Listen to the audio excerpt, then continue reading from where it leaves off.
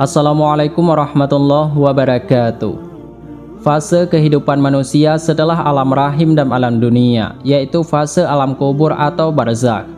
Pada fase tersebut, manusia akan merasakan dua kenikmatan, yaitu kenikmatan kebahagiaan, dilihatkannya surga alam akhirat sebagai alam selanjutnya, dan kenikmatan pedihnya siksa kubur.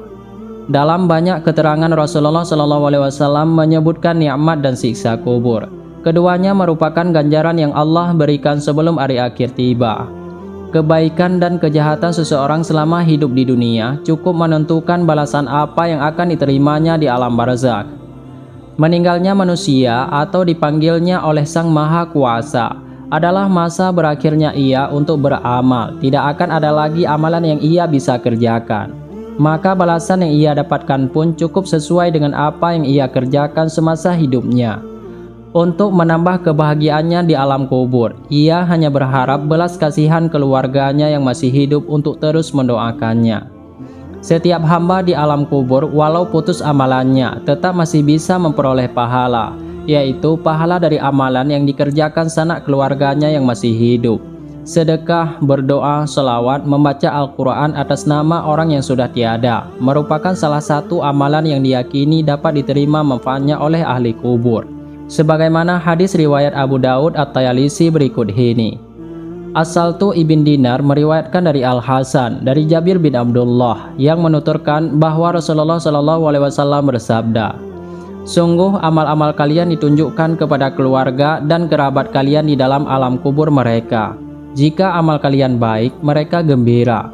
Namun jika amal kalian tidak baik, mereka berdoa, 'Ya Allah, berilah mereka ilham untuk berbuat ketaatan kepadamu.'" Hadis riwayat Abu Daud At-Tayalisi. Berkaitan dengan hadis tersebut, ada sebuah kisah yang disebutkan oleh Syekh Muhammad ibn Abu Bakar dalam kitab Al-Mawa'iz Al-Usfuriyah.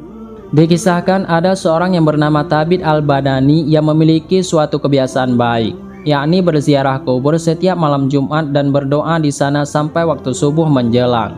Suatu ketika di tengah munajatnya, ia dilanda rasa kantuk yang luar biasa hingga akhirnya tertidur.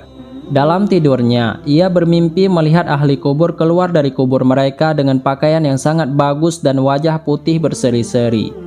Tak lama berselang, datanglah hidangan yang berisi rupa-rupa makanan untuk masing-masing mereka.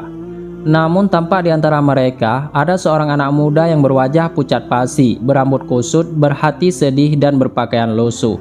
Kepala menunduk sambil berlinang air mata. Rupanya tidak ada hidangan apapun baginya. Saat ahli kubur yang lain pulang membawa kegembiraan, ia justru pulang membawa kesedihan. Kemudian Thabit pun bertanya, "Wahai anak muda, siapakah kamu sesungguhnya? Saat orang-orang mendapat makanan lalu pulang membawa kebahagiaan, kamu tak mendapat hidangan apa-apa dan malah tampak diliputi kesedihan."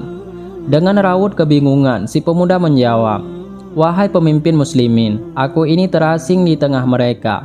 Aku tak memiliki seorang pun yang mengingatku dengan kebaikan dan doa. Sementara mereka memiliki sanak keluarga dan kerabat yang semuanya mengingat mereka dengan doa, kebaikan dan sedekah. Saban malam Jumat, mereka dikirimi rupa-rupa kebaikan dan pahala sedekah. Saat di dunia, aku dan ibuku akan menunaikan ibadah haji karena kami berniat menjalankannya. Ketika memasuki wilayah Mesir, Allah berkehendak lain. Dia memanggilku, dan aku pun dikubur oleh ibuku di kuburan ini. Sejak menikah lagi, ibuku menjadi lupa kepadaku, tidak pernah ingat kepadaku dengan doa atau sedekah. Itulah sebabnya aku menjadi putus asa dan sedih setiap saat." Thabit lantas bertanya, "Wahai anak muda, coba ceritakan di mana ibumu sekarang. Aku akan mengabarinya tentang kamu dan keadaanmu." "Wahai pemimpin muslimin, ibuku di kampung ini, di negeri ini. Silahkan kabarkan saja. Jika ia percaya kepada Tuhan, sampaikan saja padanya. Di kantongmu ada 100 miskal perak, warisan dari sang ayah, dan itu adalah hak anaknya yang harus disedekahkan," kata si pemuda. Setelah Thabit berusaha mencari, akhirnya ibu si pemuda ditemukan. Ia menyampaikan kepadanya tentang kabar putranya, sekaligus menyampaikan perihal 100 miskal perak yang disebutkan tadi. Mendengar kabar demikian, si wanita langsung tak sadarkan diri.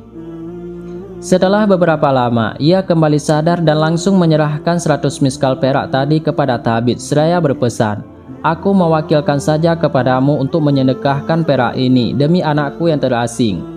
Tabits lantas menerima perak itu dan menyedekahkannya untuk anak muda tadi. Saat bertemu lagi malam Jumat, Tabits kembali berangkat menziarahi saudara-saudaranya. Ia bermimpi lagi seperti sebelumnya. Dalam mimpi, ia berjumpa kembali dengan si pemuda. Namun sekarang ia tampak gembira, mengenakan pakaian bagus dan berwajah putih. Saat itu si pemuda berkata, "Wahai pemimpin muslimin, Allah telah merahmatimu sebagaimana engkau telah menyayangiku." Dari kisah tersebut dapat dipetik beberapa pelajaran sebagai berikut. Orang yang meninggal atau ahli kubur masih dapat memperoleh manfaat dari kebaikan keluarga dan kerabatnya. Tak hanya memperoleh manfaat, ahli kubur juga merasa gembira atau sedih karena amalan keluarganya. Memang benar, ahli kubur sudah terputus amalnya, tapi masih diberi kesempatan untuk mendoakan keluarganya. Cukup masyhur pendapat ulama yang menyebutkan bahwa setiap malam Jumat, ahli kubur diberitahu siapa saja orang-orang yang mendoakan atau menziarahi kuburnya. Bentuk kebaikan orang yang masih hidup kepada orang tua yang telah tiada atau siapa saja yang sudah meninggal adalah menziarahi kuburnya, mendoakan, berinfak atas namanya, bersedekah untuknya, dan melanjutkan kebaikan-kebaikannya. Dari penggalan kisah tersebut, jelaslah bahwa kedua orang tua atau para ahli kubur akan sedih dengan keburukan keluarganya dan akan gembira dengan kebaikan mereka. Wallahu a'lam bishawab.